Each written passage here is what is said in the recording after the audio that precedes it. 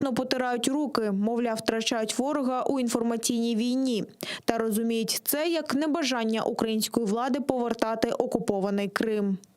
Кормушка в сегодняшней Украине сильно оскудела. Тратить ее на абсолютно неэффективные СМИ посчитали неуместным. Лучшие люди страны уже определили, кому какой кусок. А группировка Меджлиса в этот узкий круг не попала. Поэтому получила вместо денег лишь добрые слова и напутствия.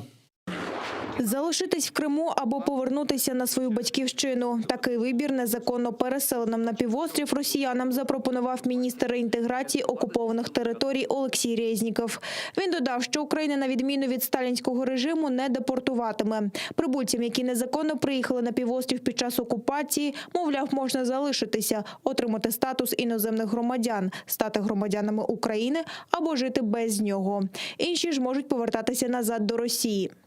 Така заява обурила голову Меджлісу Рефата Чубарова. Він наполягає, що іноземці, які незаконно оселилися на українській території, мають бути видворені. Це підтверджує і чинне законодавство. Всі, хто незаконно оселився в Криму з моменту його окупації, а днями ЄСПЛ вирішив, що Російська Федерація встановила ефективний контроль над Кримом, з 27 лютого 2014 року повинні покинути Крим. Якщо самостійно не вийдуть, тоді видворення. І в найкоротші терміни – протягом 1 місяця. Прокремлівські медіа під забороною. Рада нацбезпеки і оборони ввела санкції проти соратника Медведчука та анулювала ліцензії 3 його телеканалів – 112-го, ЗІК та Ньюзван. Санкції пізно ввечері підписав президент Володимир Зеленський. Вони накладаються на нардепа від опозиційної платформи «За життя» Тараса Козака. Саме його називають гаманцем путінського кума Медведчука. На нього й оформлені ці медіа. Вони вже припинили мовлення вчора о 23-й годині. Окрім цього, заблоковані всі активи Козака. Його рахунки заборонено виводити активи та передавати бізнес іншим людям. Санкції діятимуть 5 років. Скасувати рішення РНБО може глава держави або Верховний суд. В Офісі президента України санкції назвали боротьбою з російською пропагандою в Україні. А в СБУ мають докази фінансування каналів з Росії. Відверта та маніпулятивна пропаганда має отримати жорстку реакцію саме суспільства. Робота Служби безпеки також заслуговує на окрему подяку. Жодного сумніву, що всі загрози національній безпеці України отримають ефективну та законну відповідь.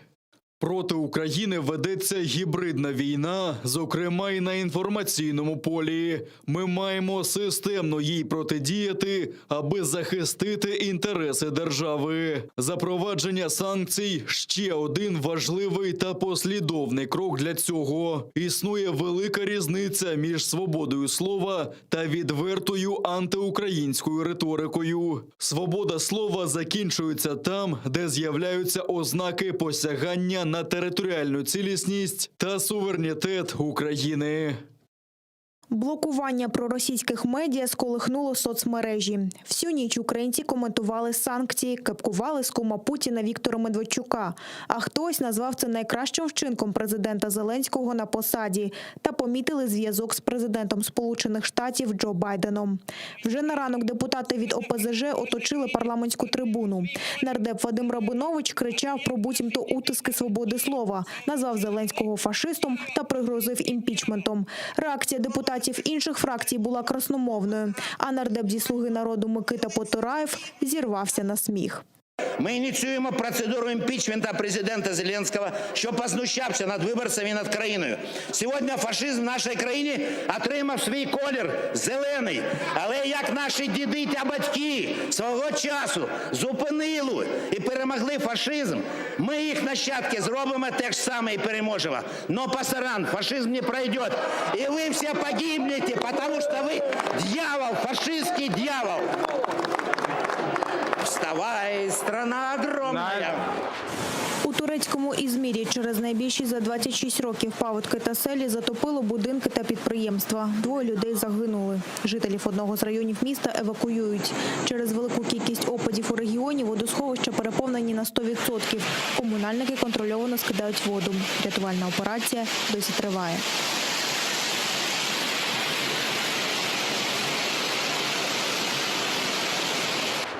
Бойова втрата на Східному фронті. Від снайперського вогню під шумами загинув 38-річний морпіг Дмитро Власенко. Побратими та медики надали всю необхідну допомогу, але вже за годину констатували смерть. Поранення виявилося несумісним з життям. Більше 3 років старший матрос Власенко служив у 503-му батальйоні морської піхоти. На офіційній сторінці підрозділу його побратими пообіцяли помститися ворогу. Також окупанти гатили з мінометів 120-го калібру, гранатометів та кулеметів. Поблизу Авдіївки запускали безпілотник, який скинув 2 постріли в Ог-17 поруч з українськими позиціями. Дрон одразу подавили засобами радіоелектронної боротьби. Ворог активізувався і за лінією фронту. За даними розвідки, на окупованій території Донбасу почалися перевірки артилерії. Звісно, під наглядом офіцерів Південного військового округу Росії.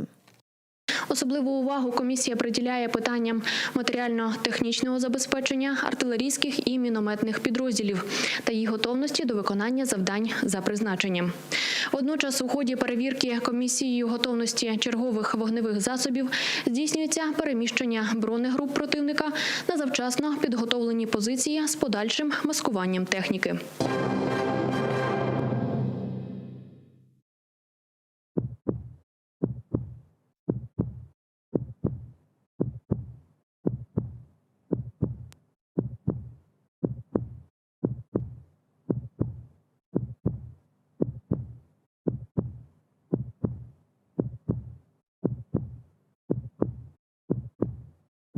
Добрый вечер. Снова в эфире телемарафон Сейв АТР. Голос Крыму має бути в эфире.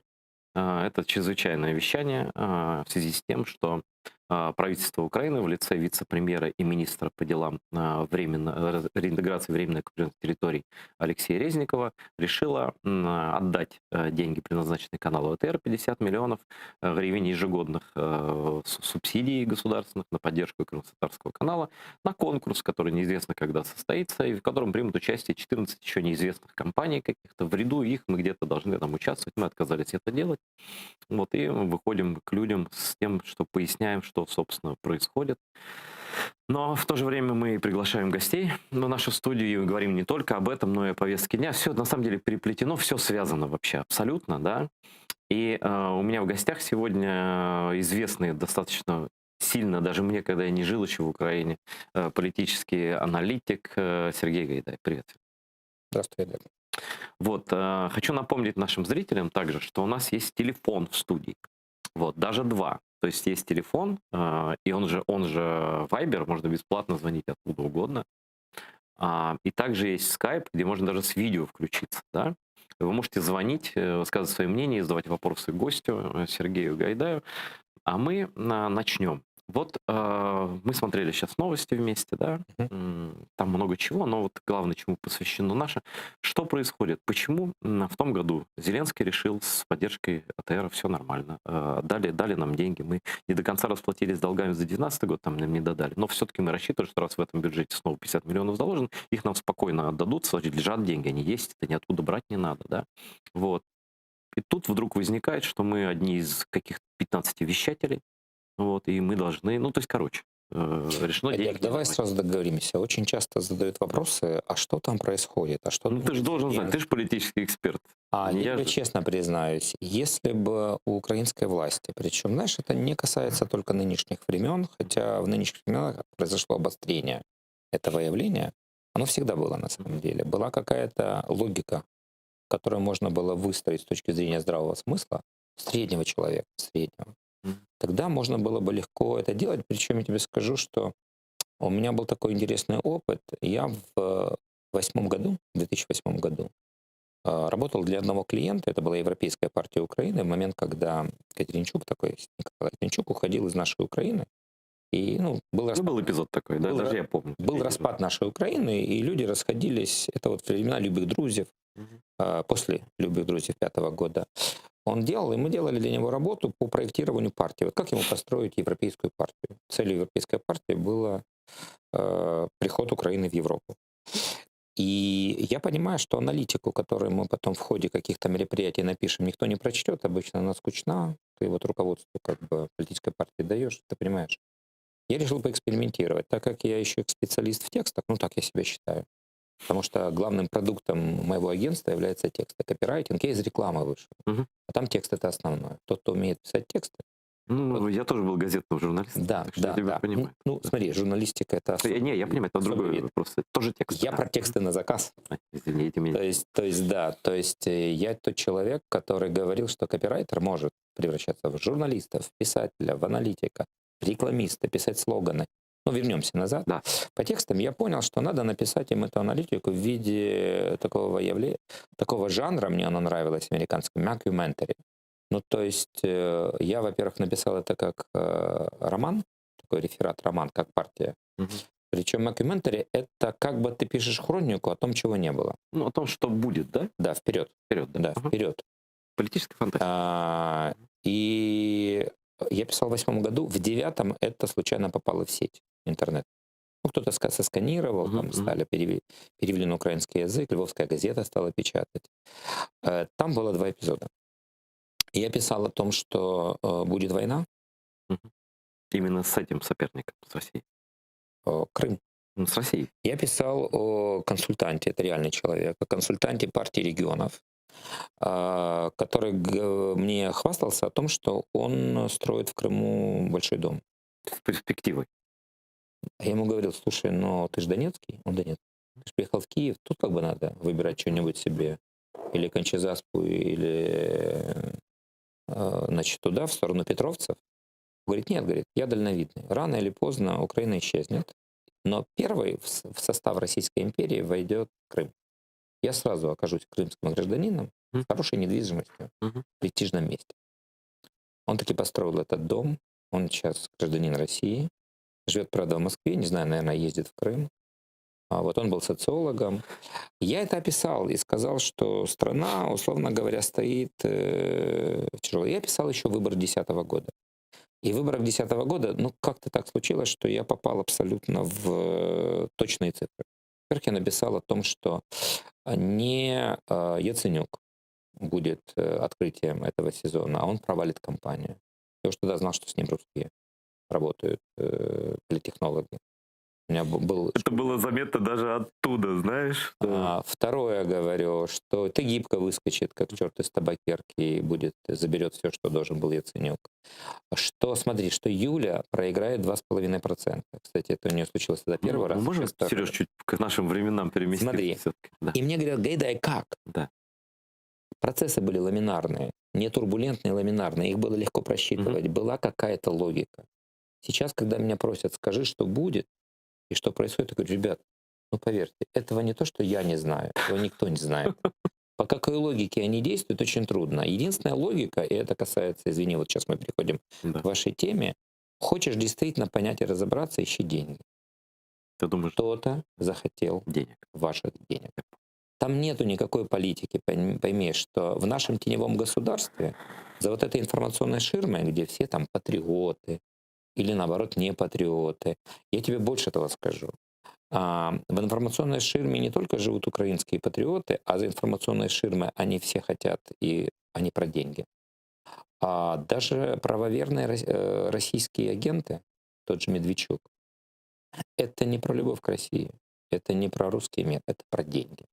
Я тебя услышал. Это его бизнес. А скажи мне, а может быть Вот. такая... Обидно другое, что, если честно говоря, по этим меркам 50 миллионов гривен — это для вас живительный, важный, минимально необходимый для важный телеканала? источник Да. жизни. А для них это же мелочь. Так, блин, даже ради такой мелочи нужно Вот у меня было и тут и сомнения. ты составить понимаешь? схему. У меня сомнения, вот тут как раз у меня сомнения. Почему? Потому что, а может быть такой вариант, что деньги действительно на кону стоят, но деньги не от нас, а деньги извне.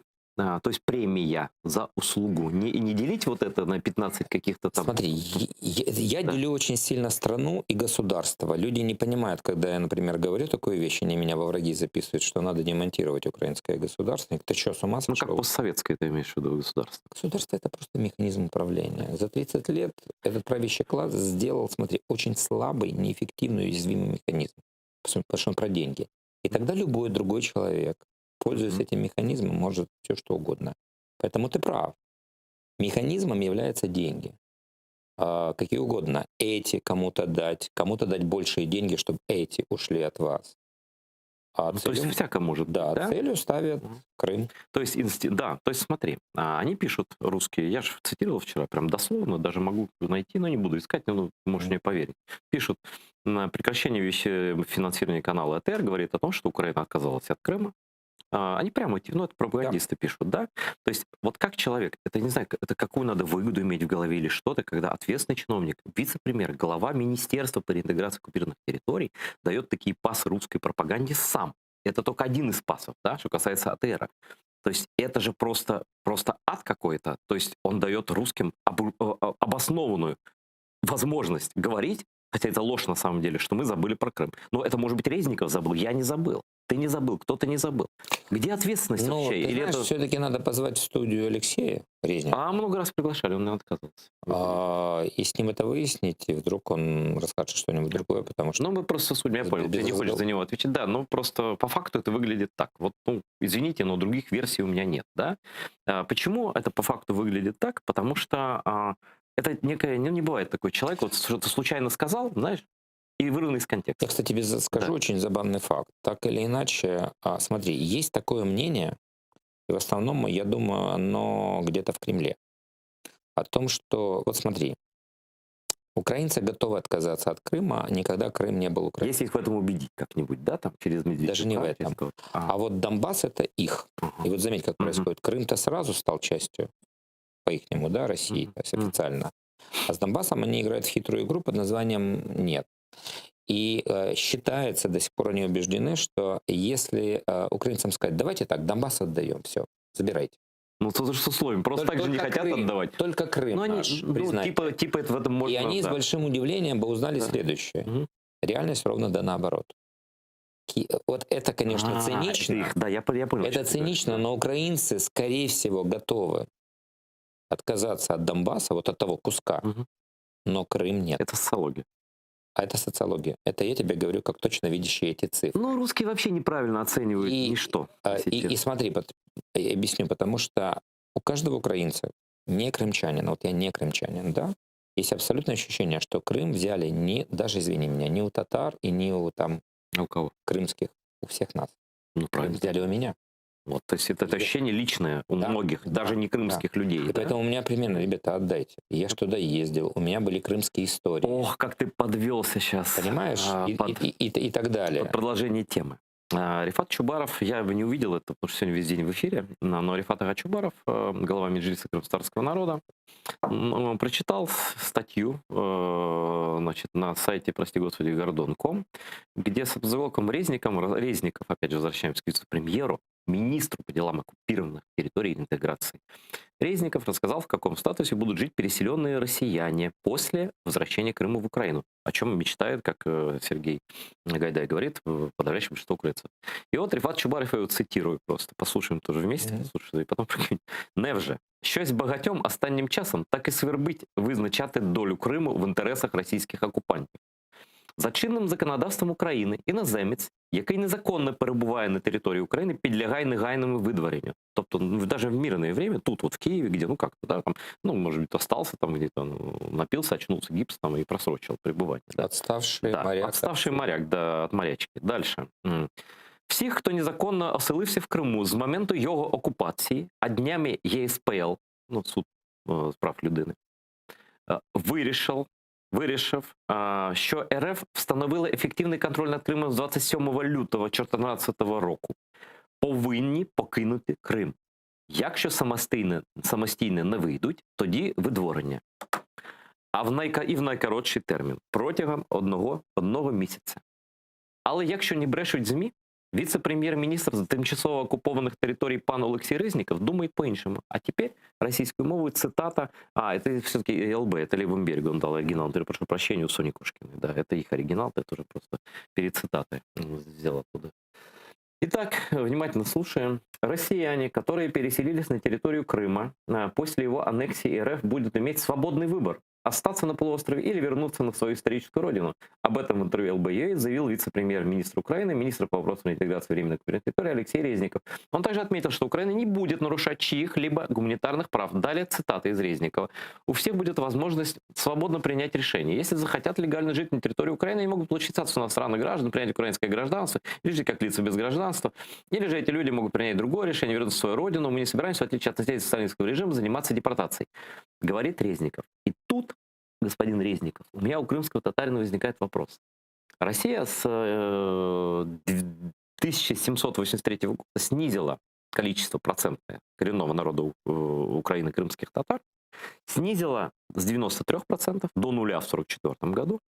И после возвращения из депортации, когда Союз развалился, с горем пополам очень тяжело, примерно до 15% крымского населения было этнические крымские татары. Да? Причем без всяческой помощи государства. Это да. Но я сейчас чисто про статистику. И вот господин Резников, а мы знаем, что россияне докладывают там о миллионе переселенцев, это их радио в Крыму передает. Но даже если не миллион, это пока оккупация длится. Она временная, но она длится.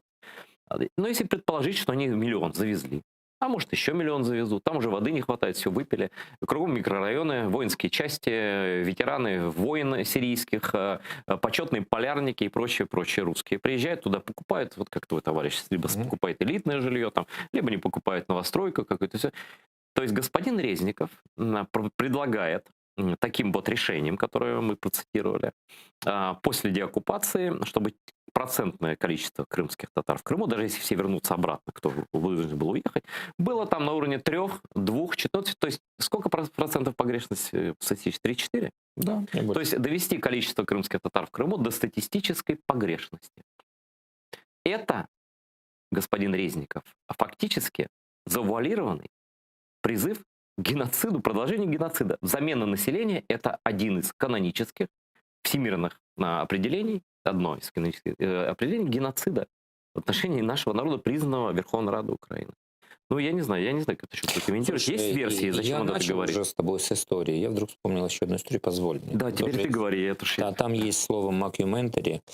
Был период, когда я консультировал Народный рух Украины. Там пришло новое руководство, молодое. А для меня Народный рух Украины — это музей был. Знаешь, вот это из каких-то... Да, это как это диссидентские времена, из как УПА, да, продолжение УПА. Да, 90-х. Но они хотели вот такого, знаешь, подъема. И я предложил такой проект, как политтехнолог. Говорю, а давайте снимем хороший такой серьезный псевдодокументальный фильм, mockumentary. Что имелось в виду?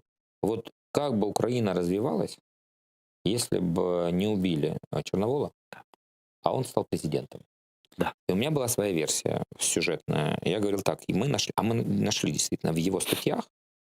Во-первых, он был очень за то, чтобы Крым был... Автономия. Есть цитата. Крымско-татарская, национальная территориальная автономия. Причем я там стал фантазировать, не знаю, было Черновола, что надо было бы перенести столицу в Бахчисарай. Почему нет? Это как крымские татары, коренной народ, могут принять такое решение. Но внимание, что я говорил. Я же хотел, чтобы показать, что война была бы невозможна. До отторжения. Смотри, причем, я тут просто это затронул. Потому что я помню хорошо, что крымские татары возвращались за свой кошт сами, и там при Януковиче, я помню, с ними активно боролись, там на iPad, например, где-то. Я Крым хорошо знаю. Весь период, начиная с развала СССР. Всякие бульдозеры были, беркуты и так далее. Кольцо, обливание бензина, при Черноволе, в моей несуществующей реальности, это была бы шикарная программа репатриации. Есть такое слово? Да. Когда государство просто говорит, ребят, все, кто приедет, получает жалование, кусок земли, моментальное гражданство, налоговый льгот, бизнес открывайте. Более того, я могу ошибаться, но я помню, что в Турции есть порядка 4 миллионов крымских татар. Ну, это другая тема, они не вернутся, потому что за все время вернулся один человек. Не надо. Им надо было дать гражданство. Может быть, тогда бизнес сделать могли бы приехать. И Турция бы дала инвестиции. То есть это было кроме Турции, смотри, я же говорю есть еще Узбекистан. Забывай, там 150 тысяч не смогли уехать по бедности и так далее. Если бы им предоставить возможность, то могли бы еще больше приехать. От 90. Я понял, да. И это вопрос количественный. Почему я вспомнил его, да? Что если бы Украина поставила себе цель там, на какой-то момент 2000-х годов довести население, крымско-татарское население Крыма До по- каких-то более приличных процентов. до 1,2 миллиона. Но это же все, ну, 1,2 миллиона вряд ли, их просто не существует, наверное. А тут, имеешь в виду, если из Турции репатрианты бы вернулись? И не только. Потомки. Дети рождаются у крымских татар. Ну, чуть побольше, гипотетически, чем при у Черноволе, украинцев. знаешь, я соглашусь, что могло быть такое. Потому Да. что я слышал его Какой к выступление. черту референдум? И какие к Никаких черту? вариантов, даже Никаких имитации, вариантов, да. даже мысли бы надо присоединить в кавычках Крым. Но, к сожалению, у видишь, России бы не мокюментари — это пока та реальность, которая не существует. Так вот, я думаю, что сегодня все равно надо об этом думать.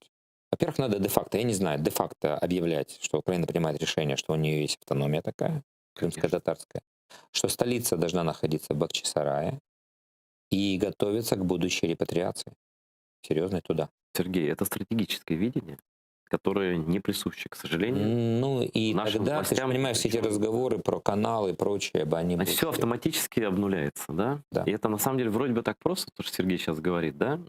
И начал об этом говорить после Черновола, вот после Майдана уже начал Петр Порошенко говорить, сказал А, но не сказал Б. Мне кажется, были же знакомые Черновол по диссидентским делам с Чубаровым. Так я не знаю, лично ли они знакомы, но, конечно, как-то знают. Но, диссиденты все слушайте, они были все знают друг знакомы. друга. Дело же в том, что смотри. Более того, извини, вот у Солженицына, который является имперцем российским, да, Это такой русский фашист. но я помню, что у него описание восстания и ГУЛАГа 50-х годов после смерти Сталина. А украинцы восставали же. В основном две нации несли это восстание. Это бандеровцы, Мгм. которые сумели, в отличие от всех остальных, перерезать сексотов внутри лагеря, Мгм. поэтому Мгм. лагерное начальство ничего не знало. Бандеровцы имели такое свойство. Навыки Правильно, обращения правильно да, с следить контингентом. за крысами. И, как ни странно, чеченцев. Ну, ничего странного. На чеченцев тоже не Народ сносили жестоко это. депортированный, Да, сильно да. покалеченный. до сих пор. Да, вот, продолжу про Порошенко. 18 мая 2016 года мы плакали просто, я помню, и бабушки плакали там на Чонгаре. Он сказал, что будет, что Украина должна вернуть долг крымским татарам, о чем ты говоришь. Повторил слова Черновола, сказал, что если бы была автономия крымско-татарская, ничего бы этого не было. И что мы должны эту историческую справедливость установить в отношении коренного народа. Ну, статус коренного народа — это права подразумевает в Европе, в европейской Украине. Всё. При этом в итоге до конца правления Петра Алексеевича так не был принят даже закон большинством голосов 226. Ну, ты же в курсе, что я по поводу Петра Алексеевича имею собственное мнение, у меня есть масса всяких претензий. Нет, я просто про факт особенно, даже. да, особенно Я это же сейчас понимаю. всплыло Это же потом в связи с закрытием, я надеюсь, окончательным 3 каналов, Мгм. что тут же возник Петр Алексеевич. Ага, а при нем не было, а у меня другое есть. Я, к сожалению, так случилось, я хорошо знаю историю передачи этих каналов Медведчуку. М. И там вот Я понял. изнутри знаю. Ну, просто, как знаешь, это происходило. да, просто бывших президентов ругать — это какая-то такая история советская, знаешь, мертвый генсек, бывший президент, Нет, все это. я с тобой не соглашусь, извини меня, потому что если бы Петр Алексеевич, как Ельцин, сказал: все, извините, я ухожу, я вне политики, А только, тогда не, да, тогда только не трогайте. а так Он нет. активно действующий политик. Все, я тебя услышал. Нет, ну есть, конечно. Я же говорю просто как есть. Мне нет ничего черного к Порошенко, ничего черного к Зеленскому. Делают правильный шаг. Вот Зеленский сделал правильный шаг. Кто же против? То мы все за. Да. Вот. Да? Если Порошенко не довел сказанное до конца, то это его, он свои слова не довел, не Кстати, мои. поговорим об этих санкциях. Это Обязательно, важно. это одна из тем, Да. конечно, да. Прям вот начинай говорить, и все, что Ну, думаешь. смотри, я, Что, где, когда, я думаю пару дней. Ну, смотри, в чем проблема. У меня звонят огромное количество журналистов. Сергей, дайте комментарии. Ну, первое, что я говорю, безусловно, свобода слова — это важнейший принцип любого нормального общества. И, как ни странно, президент, как гарант Конституции, должен гарантировать свободу слова любому гражданину. Есть ли из этого правила исключения? Есть. Во время войны. Война, да. Я говорил, знаешь, я даже попросил, сейчас не найду, говорю, вот представьте себе ситуацию. Британия, 40-й год, премьер-министр Черчилль, да, по-моему, в 40-м году. Один из любимых ситуаций моих. Он говорит: ребята, основа британского, это правда, британских ценностей, которые потом европейские, это свобода слова. Поэтому ничего не могу сделать. Должна выходить газета. Сейчас Нацистской партии Англии, да? Нет, нацистской партии Германии В Британии издавалось, да? на английском языке. Фелькишер Фолькишел Биобахтер. Биобахтер. Народный Народный, по-моему, это орган НСДП, представьте себе ситуацию, да? И мы говорим про свободу слова. Знаешь, если перелагать это на московскую ситуацию, то представь себе, при Сталине, при Великой Отечественной вот их войне, там должно выходить, вот тут прав, не немецкая газета, но газета власовцев. Причем, да, Возможно ли газета власовцев в этот момент? Поэтому, ребята, а если брать президенту Зеленского, что он не гарант Конституции в этом формате, а он главнокомандующий, то он делает правильно, он наносит удар по врагу. Чего давно от него хотели, потому что все его пацифистские рассуждения, что все он это уже сам понял, что это в пользу да, всё... да, мы поссорились, надо договориться, не сработали. Наконец, если он начал войну, хотя бы на информационном фронте, это правильно. А выгодно ли это президенту Зеленского? Вот, если меня как политтехнолог спросили, да, 4 пункта. 4 пункта, по которым выгодно. Первый, к сожалению, он такой. Он же прекрасно понимает, что то колоссальное падение рейтинга, которое уже очевидно сегодня окончательно. То есть смотри, он упал, он все еще лидирует очень немножко в рейтинге президентском, но есть более важные рейтинги, рейтинги доверия. Есть куча людей. Это голосование более отражает рейтинг доверия? Не, рейтинг доверия, и есть еще такая цифра, которую всегда надо смотреть. Сколько людей считают, что страна идет в правильном направлении? Упало до прежнего, то есть большинство считает, что не в правильном направлении. А то, что он еще лидирует в рейтинге президентском, говорит только об одном. В анкеты не вставляют альтернативы, настоящие альтернативы. А вставляют все еще прошлое. Там, да? Так вот, конечно, с этой точки зрения он у своих политических конкурентов, куда львиная доля его избирателей оттекает, просто отобрал каналы. Это первое, почему выгодно. Второе, мы с тобой об этом уже начинали немножко говорить за кадром. Безусловно, у него очень плохая история налаживания отношений с Вашингтонским обкомом. Ну, тот знаменитый разговор с Трампом, который слили, да. Плюс, да, это хороший шанс конструктивно снова все запустить. Тем более, что ребята, я в повестке Байдена. Это нужно для страны. Да, я в повестке Байдена. И высокая вероятность, что это чуть ли не основной мотив, честно говоря. Дай бог, дай бог. А третий мотив, ну, ты знаешь, у него противостояние с Порошенко, а я уже тебе говорил, что это сразу поднимает тему. А как так случилось? Нам же всеми говорили, Порошенко сильный, а этот слабенький и пророссийский. А тут надо уже парохоботам отвечать о том, что а как так, этот слабенький это решился сделать, а тот сильный никак не получил. Кстати, я чуть паузу, как ты сегодня пел, в новостях было, Рабиновичи, все эти ОПЗЖшники пели «Сан огромный» для российского телевидения, исполняли. Визжали. Да, и визжали, что зеленый фашизм начался, да? Да. Вот. И смотри, и уже Порошенко пишет, что он поддерживает Зеленского. Ну, мудро. Начинает оправдываться, почему у него не вышло. Это смена повестки дня, это выгодно Зеленскому. Будем честно, это политическая борьба. Ну, это честно, это выгодно всем нам. Да, смотри. И третье. Самое важное, почему, скажем так, Зеленскому важно. А ведь у него за 2 года никаких побед.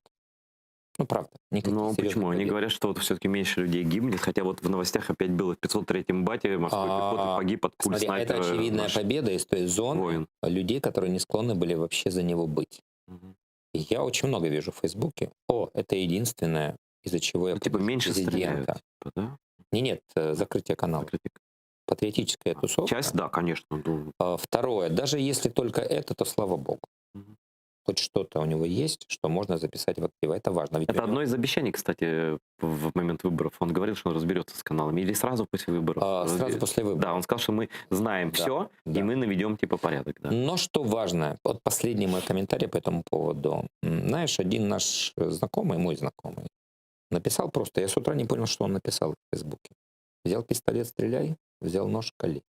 Да. Это означает, что если он дальше не продолжит, не откроет уголовные дела, не уберет самое главное, финансовую подоплеку, да, потому что бизнес. Но есть и другие персонажи, к тому же, да. Не продолжит войну вести настоящим образом, и самое главное, если он не поймет, что он пришел не возглавить систему, а ее переделывать.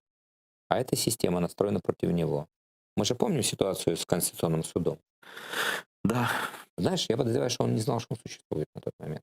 А тут оказалось, что какой-то судья Тупицкий спокойно может с дачей в Крыму, с недвижимостью в Крыму. Да, ну, извини, ты знаешь, что вот в этом теневом государстве один из самых токсичных классов — это не только семочки из СБУ, которые имеют по 8 миллионов, на годовой зарплате по 8 миллионов маетки в Ханчизаспе. Это судьи. Там вообще, наверное, Они да. токсичны до невероятности. Ну, тут еще и Но они оккупированный еще- Крым в период оккупации. И они еще защищены. У них же там пожизненное и прочее. Смотри, если он не возьмет к себе грамотных правников, Мгм. например, есть такой друг Геннадий Друзенко, да, который мог бы быть таким. Мы его пытались от Фейсбука выдвинуть в Конституционный суд, там была такая вакансия, не сумели. Очень немного депутатов патриотичных поддержали эту тему, потому что выдвигать подобных судей надо только через полугодичные общественные обсуждения, кто такой, какая у него биография, чем владеет, чем себя зарекомендовал и так далее. Посмотри, если он этим не займется, то система очень быстро этот его смелый шаг может обнулить. Ну, то есть, нет, ну, это называется выбор брошен, это называется Рубикон, на Иди самом дальше, деле. иди И как дальше. Рома Цымбалюк сказал сегодня в ролике, он записал ролик сегодня вот про этот шаг Зеленского, там и про ЭТР тоже было сказано, и он сказал, что это война не Медведчуку, это война не Козыку номинальному там или какому-то владельцу, аватару или там как он, да, это война с Россией. Конечно. Это Рубикон, все, дальше Рим, третий Рим, вот этот вот, как они себя называют. И ты знаешь, я не знаю, специально это или случайно, но мне кажется, момент удачный, потому что сегодня у Владимира Владимировича Путина, в общем, сложные времена наступают. Да. Там у них разборки. Нет, ну у него проблемы Там- с Западом из-за там Навального, из-за всей Это этой первое. истории, да. Во-вторых, смотри, но все-таки спячка эта, о которой там пишут их оппозиционеры, она действительно закончилась. Подросло некое поколение. Ну, сейчас прессуют их жестко, Как- Сергей. Ну, Всех сажают, ну и да. нормально. Сейчас тебе объясню. Смотри. Хорошо. Это же особая тема. У обычного человека нет понимания о том, что настоящий протест — это реальное силовое противостояние, что нет ничего глупее мирного протеста. Вот я тебе честно скажу, я же принимал участие во всех украинских майданах, и меня до какого-то момента Майдан 2014 года бесил невероятно. Я объясню тебе. Как по граблям, типа, да? Нет, бесил невероятно по простой причине. Смотри, если вы уже вышли, Мгм. и смотрите, вас бьют и убивают, а Беркут быстро начал бить и убивать. Вот я помню момент, который я не знал, как пережить. Я стоял на Грушевского и видел, как молодых парней, которые залезли на арку стадиона «Динамо», несколько толстых беркутов просто убивают на глазах всей толпы. Так они же, по-моему, тогда убили вот этих первых ребят.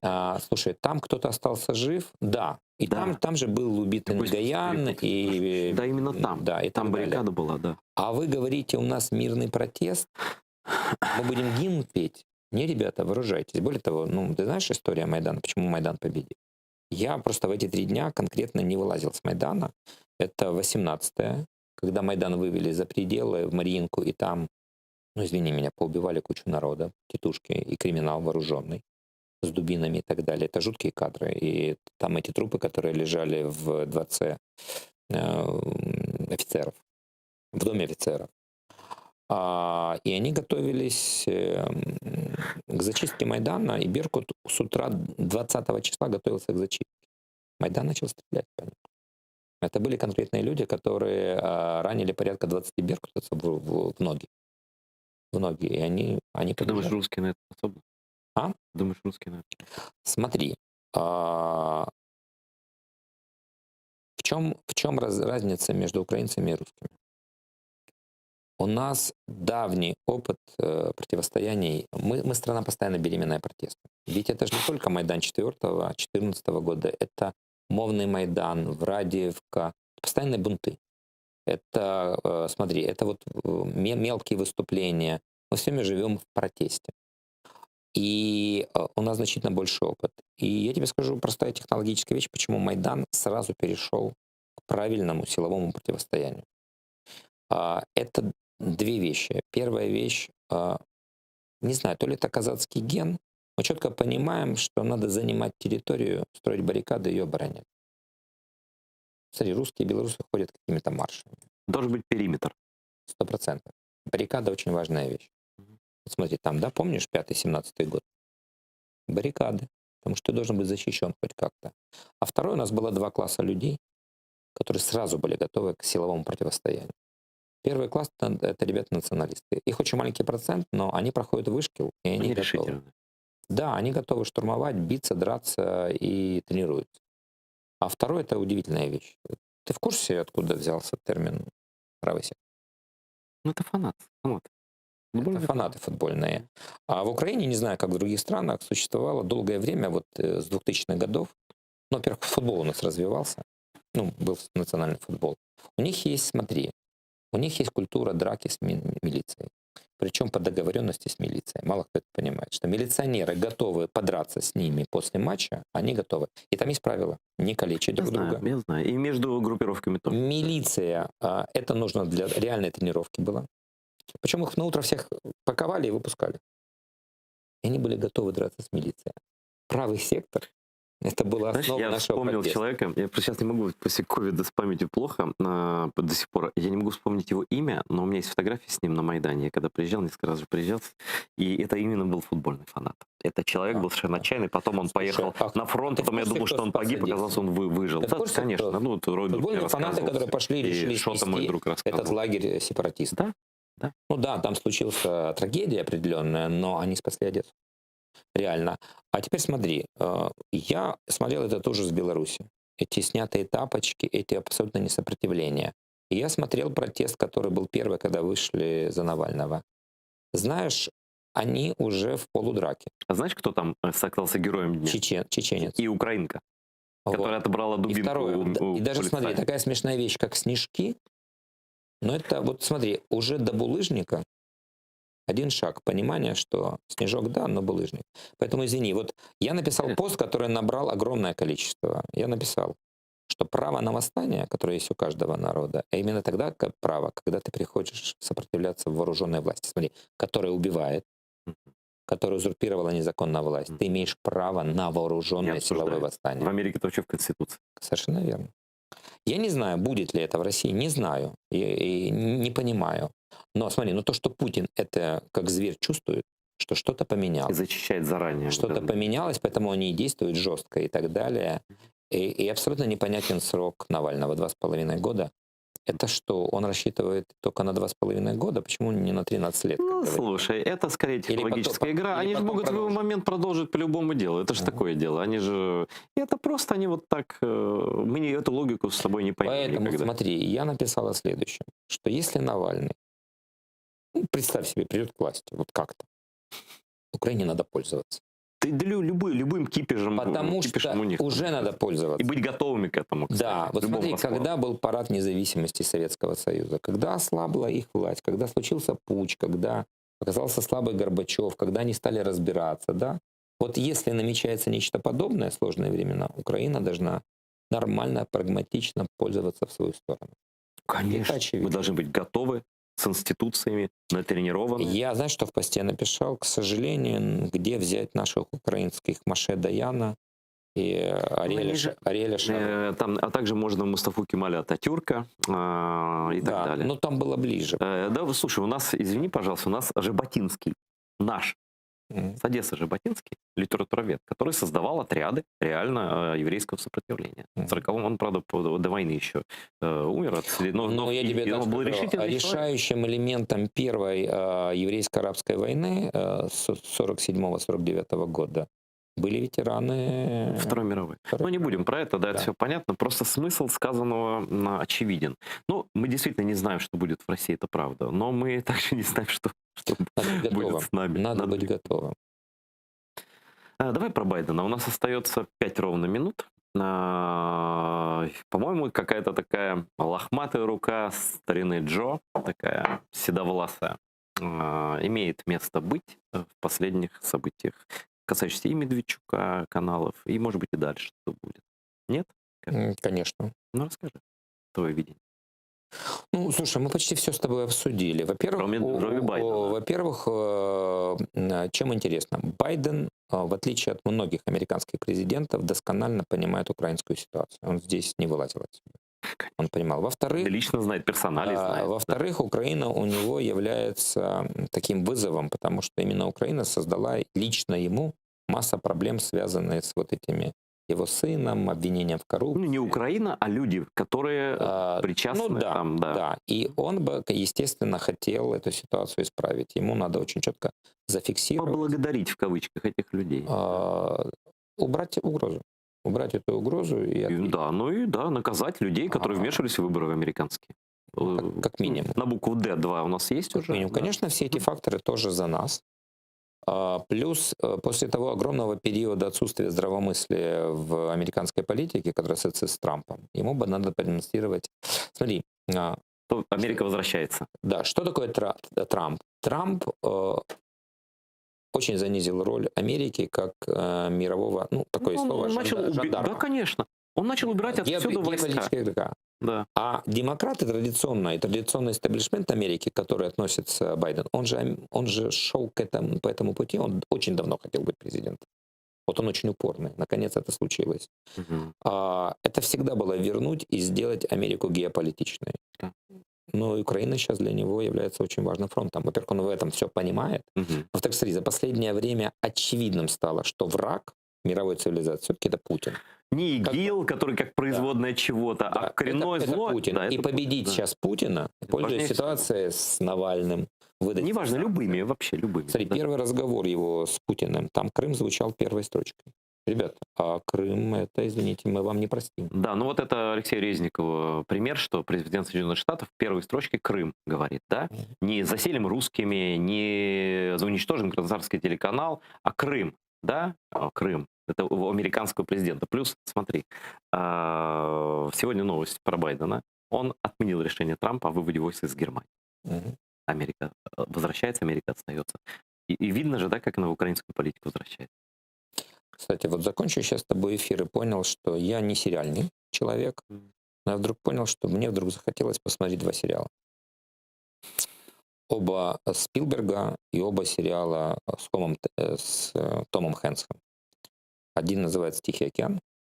Мне это безумная тема. Вот я очень люблю про стратегии, войну, как это было, историю. Знаешь, да, этот сериал? Нет. Это американский сериал о том, как Америка выиграла Тихоокеанскую войну. Очень интересно, посмотрю. Причем вот мы же считаем, что самый большой фронт был в Европе. Да. Ну, это нам Но близко. по просто, размерам да. Тихоокеанский фронт был невероятный. По размаху, да. Это по размаху. Да, конечно. С Японии. А второе, я сразу начну смотреть про Европу. Там продолжение Рядового Райана называется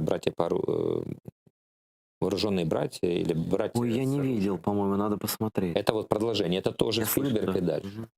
Вот просто вспомнил. Это же сериал, это не сериал. Разговоры про Байдена вспомнили, что мне надо сегодня начать его смотреть. Возвращение рядового Байдена. Да, возвращение рядового Байдена. То есть вот когда Америка стала великой. Причем у них же это моментально произошло. У них же до Перл-Харбора, да, Америка играла в трамповскую игру. Мгм. Ну, да, да. И социализм. Ну и Британия играла до бомбежек Ковентри в 40-м году. Да, отсидимся, Да. это не с нами. Там, Потом да. ей пришлось решать. То есть, знаешь, это, я тебе скажу, это очень важно помнить нашим олигархам. Нельзя построить островки счастья. Либо на всей планете, либо во всей стране, либо у всех. Конечно. Либо, да, ты не исключительный чувак, и за тобой могут прийти, в принципе. Да. У нас закончилось время нашего эфира. Благодарю Сергея Гайдая. Просто потрясающе интересно. Что я раньше тебя не звал? Вообще будем звать и чаще. У вас просто адрес неудобный.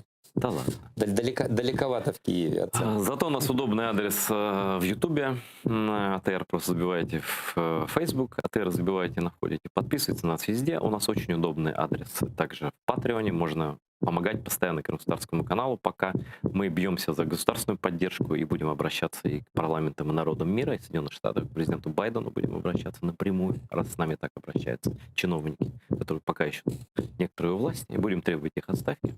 Вот, помогайте нам, мы работаем только для вас, и у нас никаких за пазухой камней нет, мы не про деньги. Здесь смотрите АТР, всего вам доброго.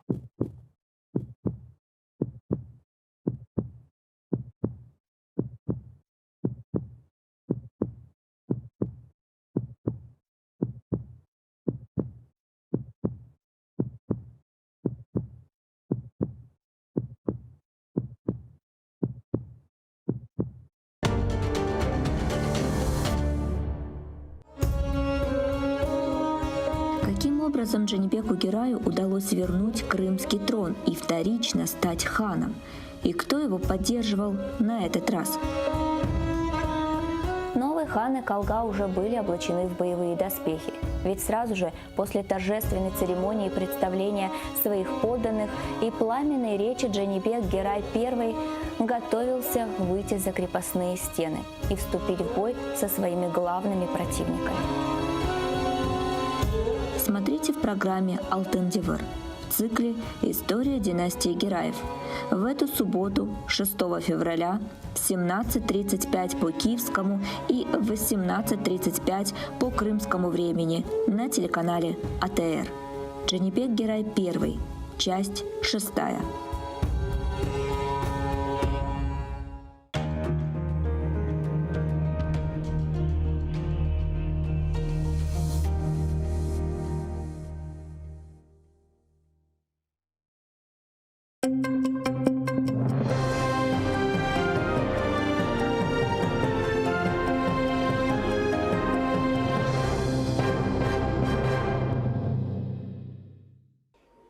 Украинаның ишгал алтындагы территорияларның реинтеграциясы мәселелері бойынша назирлігі АТР телеканалына ярдым оларақ девлет бюджетінден айрылған параларны башқа медиалар арасында бөліштірмеге планлаштыра. Бұны бүгін ресми шекілде Назир Муавины Игорь Еременко білдірді. Бұның үшін назирлік бір тендер азырлай. 14 худлеви хабер вастасы ярышта иштирак етменге азыр олғанını білдірді. Назирліктен білдірмесіне көре бұл ел ишгал етілген территорияларға юнилік чалышқан медиалар үшін бюджеттен 2,5 қат кесілді. Бұл себептен назирлігінің ички қарарынен АТР телеканалы үшін субсидия оларақ берілген паралар хызмет көстеру категориясына денештірілді. Назирлік бұл қарарны ишгал етілген территорияларда Украинаның барлығыны көветлештірмек керек олғанынен анлаттылар.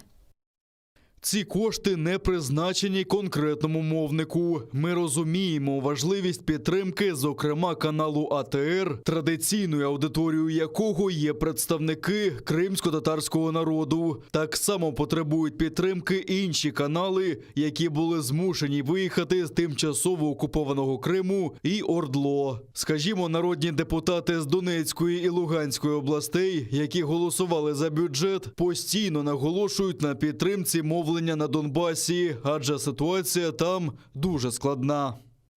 Украинаның информацион суверенитетінің теменлеуі вақтынша ишгал етілген территорияларда яшаған тамыр халқларының тілеріні инкишаф ету ве Украинаның тыш яйынлавы системасының дестекленмесі адлы девлет программасы үшін бюджеттен 348 миллион гривна айрылған. Ондан 50 миллион 3048 АТРге.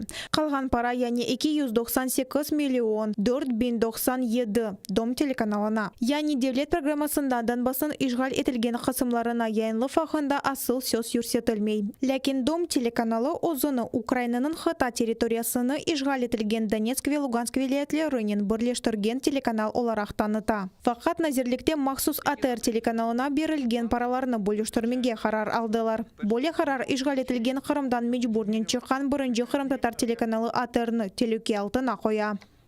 Если министерство и президент в том числе считает, что крымские татары важны и нужны, он должен относиться соответствующим образом к нам.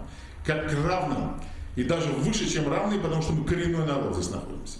И не надо стесняться этого слова. Мы коренной народ всей Украины. Мы стержень этой страны. Стержень, корневой стержень. Есть еще много других стержней, которые есть в этой стране, но мы один из них, на который можно опираться, и уже не раз в истории мы доказывали в историческим масштабе своих историй, что на нас можно опираться.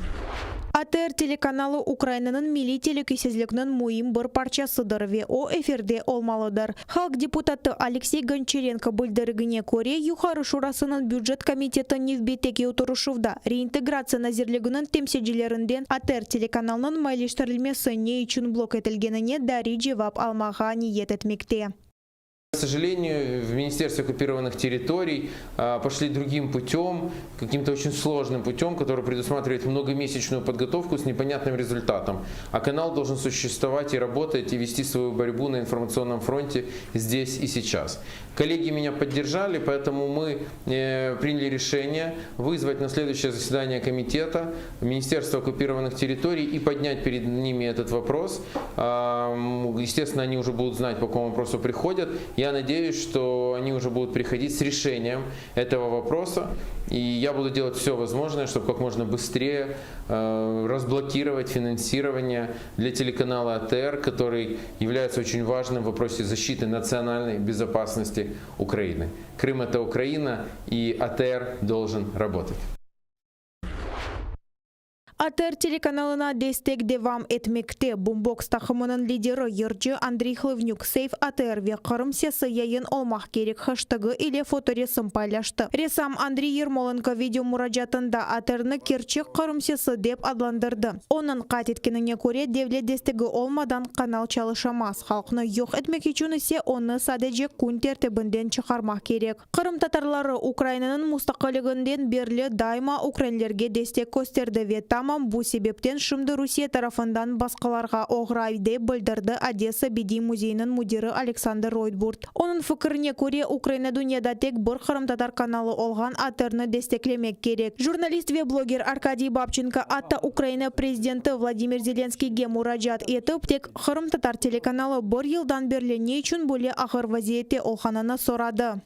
Дорогая власть, я уж не знаю, кто там ответственен конкретно за этот вопрос, но скажите мне, пожалуйста, вот Владимир Александрович вчера в интервью сказал, что никто до него о возвращении Крыма не думал, и он первый политик, который будет думать о возвращении Крыма.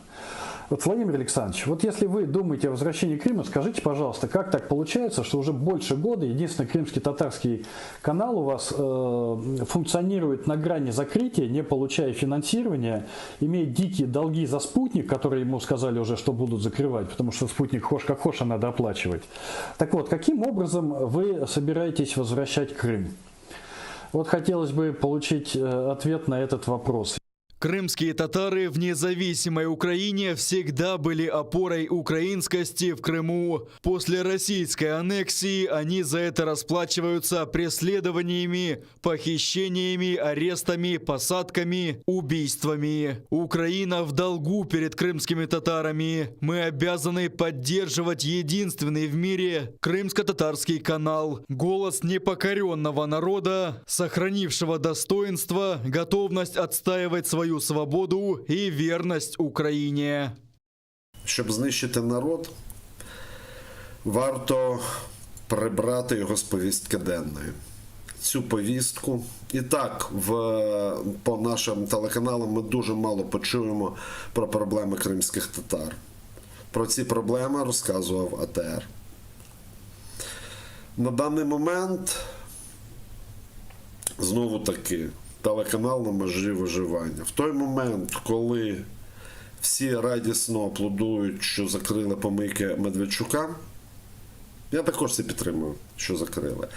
Але я боюся, що люди можуть не помітити, як зникне справжній голос Криму. Ишгаджилернің хуванчына Рус пропаганда медиа васталары АТР телеканала пара берілмегеніні музыкере етіп башлады. Бұна қованғанларының ilk сырасында Қырымдаки РИА Новости хабер вастасы. Олар ата қанунсыз оларақ Русия думасыны сайланған Ишгалжи депутат Руслан Балбектен де тефсір алды. Ишбірлікчі бұны Зеленскийнің Қырымны қайтармаға истемегенінен себеплендірді. Милли Меджлисны есе хайынлер деп адландырды. Политнавигатор деген яланчылар да артта қалмай. Олар АТРге пара берілмегеніне ве бұл информацион жінікте да бір дұшманлары йоқ олажағына қованып, бұны Украинаның ишғал етілген Қырымны қайтармак истемегенін ишареті оларақ көстерелер.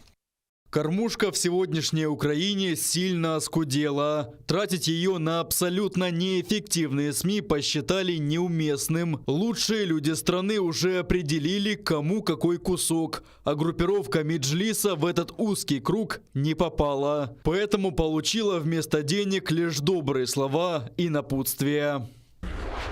Қырымда қалмақ яда ватанлары Русейге қайтмақ. Қырымға қанунсыз оларақ көчіп келген русларға Украинаның вақтынша ишғал етілген топрақлары реинтеграция меселерінден Назир Алексей Резников тамам более теклифте болынды. Оның хат еткеніне көре Украина Сталин режимі кеби япмайып, кемсені сүргін етмейджек. Қырымға қанунсыз оларақ келгенлерге сөзде қалмаға мүмкін. Онлар ябанжы статусыны яда Украина ватандашлығыны ала біле, яда онсыз да ярымада да қала білежек. Более білдірме Милли Меджлис рейсі Рифат Чубаров тарафындан ярамай қаршыланды. Она көре Украин топрақларына қанунсыз келгендер ярымададан қовылмақ керек. Бұны Украина қанунлары таздықлай.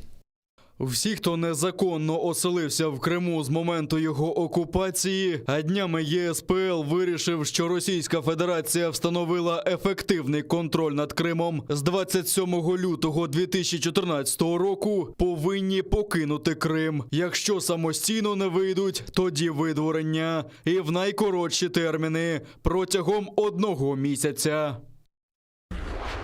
Русияны дестекленген хабер васталары ясақ алтына тушты. Милли телекүсезлік Вемудафа шурасы Медведчукның якынларына қаршы санкциялар көрсетіп, оның уч телеканалына берілген лицензияларына лягу етті. 112-й Зикви Ньюзван каналарының фалиетіні ясақланған санкцияларны түневін кеч ақшам президент Владимир Зеленский имзалады. Санкциялар за життя мұқалифет партиясының депутаты Тарас Козаққа қаршы башлатылды. Тамам она Путинның қудасы Медведчукның дестекчісі дейлер. Хабер васталарының сайбы де ресми оларақ ола. Каналар түневін саат 23-те яйынлығыны тоқтатты. Бұндан қайры Козақның бүтін банк әсапларыны блок етілді ве активлерінің чықарылмасы ве башқа инсанларға теслим етілмесі ясақ етілді. Санкциялар 5 ел девам етежек. Милли телекүсезлік Вемудафа шурасының бұл қарарыны президент яда юхары махкемеге лягу ете біле. Украина телекүсезлік қызметі есе бұл каналарының Русияден пара алғанларыны дайыр делелеріні олғаныны қайт етті. Відверта та маніпулятивна пропаганда має отримати жорстку реакцію саме суспільства. Робота Служби безпеки також заслуговує на окрему подяку. Жодного сумніву, що всі загрози національній безпеці України отримають ефективну та законну відповідь. Проти України ведеться гібридна війна, зокрема і на інформаційному полі. Ми маємо системно їй протидіяти, аби захистити інтереси держави. Запровадження санкцій – ще один важливий та послідовний крок для цього. Існує велика різниця між свободою слова та відвертою антиукраїнською риторикою. Свобода слова закінчується там, де з'являються ознаки посягання на територіальну цілісність та суверенітет України. Русия тарафлы медиаларны блок етілмесі өнчоқ ичтимai ағларда қонушылды. Бұтын геже инсанлар санкцияларны тефсир етіп, Путинның қудасы Медведчук ағында шақалашты. Базалары бұл қарарына Зеленскийнің президентлік вақтында эндогру бір әрекеті оларақ адландырып, оны Америка президенті Джо Байденнен қияслады. Саба за життя мұхалифет партиясының депутатлары парламент трибунасыны сарып алды. Депутат Вадим Рабинович бұнын сөзде сөз сербезлігі бозылуы оларақ қабыл етілгеніні, Зеленскийнің исе фашист олғаныны білдіріп, оны импичмент қорқоздырмаға башлады. Башқа партияларының депутатлары бұна қаршылық бермейіп, япылған әрекетлерден қөлмеге башлады. Ми ініціюємо процедуру імпічмента президента Зеленського, що познущався над виборцями над країною. Сьогодні фашизм в нашій країні отримав свій колір – зелений. Але як наші діди та батьки свого часу зупинили і перемогли фашизм, ми їх нащадки зробимо те ж саме і переможемо. Но пасаран, фашизм не пройде. І ви всі погибнете, тому що ви дьявол, фашистський дьявол. Вставай, страна огромная! Түркиядегі İzmir'de son 26 yılda en büyük sel neticesinde hepsi binalarına su bastı. 2 adam helak oldu. Borşehir rayonun sakinleri tahliye edilmekte. Bölgede son vakitlarda artkan yağanaklar sebebinden su anbaraları taştı. Kurtarу hareketleri devam etmekte.